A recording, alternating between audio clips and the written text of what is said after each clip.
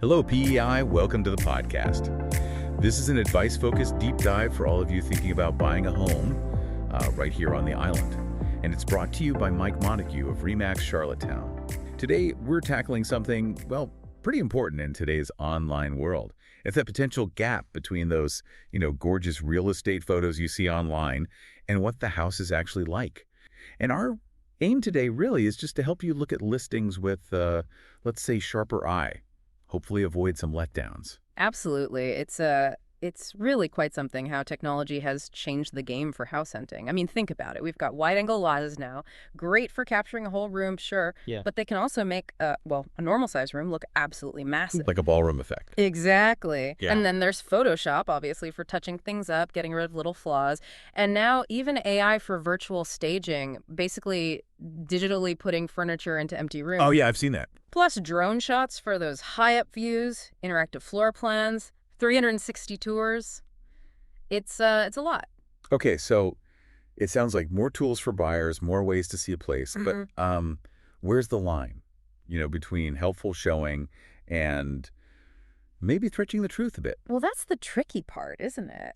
Maybe digitally removing a garbage can from the driveway photo? Probably fun. Yeah, cleaning it up visually. But what about actually changing things? Making ceilings look higher than they are? Or digitally removing, say, power lines?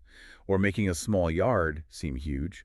That feels different. It is different. And you have to wonder why some listings go that far. It's maybe in a cooler market where houses aren't flying off the shelves quite so fast. Sellers might feel more pressure to make their listing really stand out, so it doesn't just get scrolled past. Which can lead to some pretty big shocks when you actually visit. Yeah. There's this stuck with me. A buyer finds this listing, looks amazing, near perfect renovated century home. Said it had 3 spacious bedrooms, 4 bathrooms, this cozy walkout basement. Yeah. Photos looked incredible. Sounds ideal. But then they get there, and the reality, totally different. Floors were apparently so worn they needed full replacement. Ceilings were rough, stained. The kitchen, described as a galley kitchen, was basically unusable. Oh, wow. Yeah, the buyer basically felt it was more of a teardown project. That's a huge disconnect. It really is. We've almost gotten used to some level of this, haven't we? Like, it's expected that the online version is polished. Yeah, like advertising versus reality. But it feels like it's gone beyond just, making sure the lighting is good. These new tools allow for much bigger changes. Right. We see these shows, these perfectly staged, renovated homes, and it kind of sets a bar in our minds. We start wanting that manufactured, aspirational lifestyle look. Which can be unfair to sellers whose homes are perfectly fine, maybe just not styled like a show home. Exactly. But more crucially for you as a buyer, those perfect photos, they almost never show you the really important stuff. Like what? Like, the actual structural integrity. How old is the furnace? What's the real condition of the appliances, the roof? And just the true feel of the size of the rooms. Photos can be so deceiving there. That brings us back to virtual staging. Yeah. Seems helpful on the surface, right? Showing what an empty room could look like. Yeah, it can definitely help you visualize. If a place is vacant, it gives you ideas. But the key thing is disclosure. You have to know if what you're seeing is real furniture or digital. Absolutely. If it's virtually staged, it needs to say so, clearly. Otherwise, yeah, it's stepping over that line into potentially misleading you. Right. It stops being a helpful tool and becomes potentially deceptive. And what's interesting is how easily we can get pulled in by those visuals. Sometimes buyers focus so much on the location and the photos That they kind of skim over the written details. Exactly. They might not read the property description that closely. But there can be gold in there. Or, warnings. Maybe the less attractive stuff. Or signs that maybe the upkeep hasn't been perfect. Yeah, especially with older homes or maybe where renovations weren't done quite right. Those things might not make it into the photo gallery.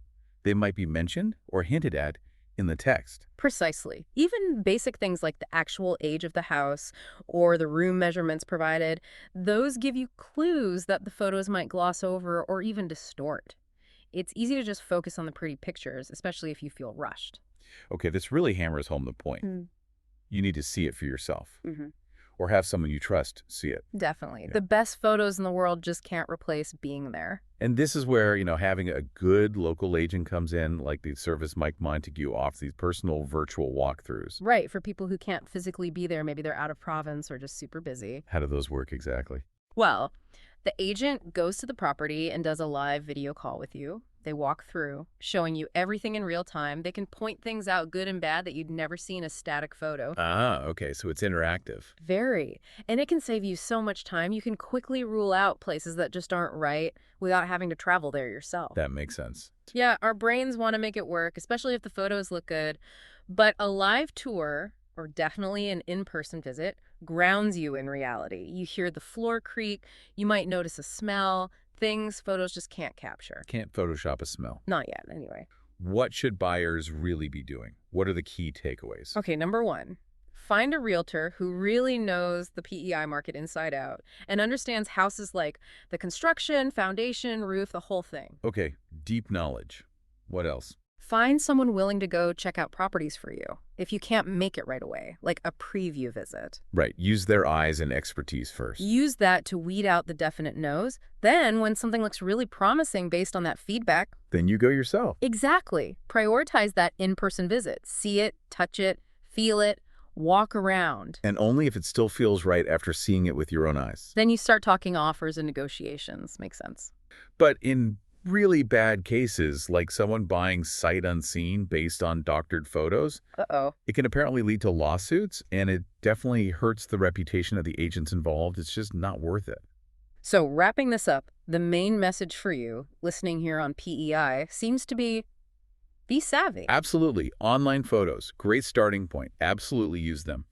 But be critical. Look beyond that first impression. Read the descriptions carefully. Check the age, the room sizes, and really think about using those virtual tours, or better yet, getting yourself or your agent inside the property for a real look. Don't rely just on the polished online version. It's a good prompt, actually. Makes you think, what are those non-visual things about a house that are really important to you?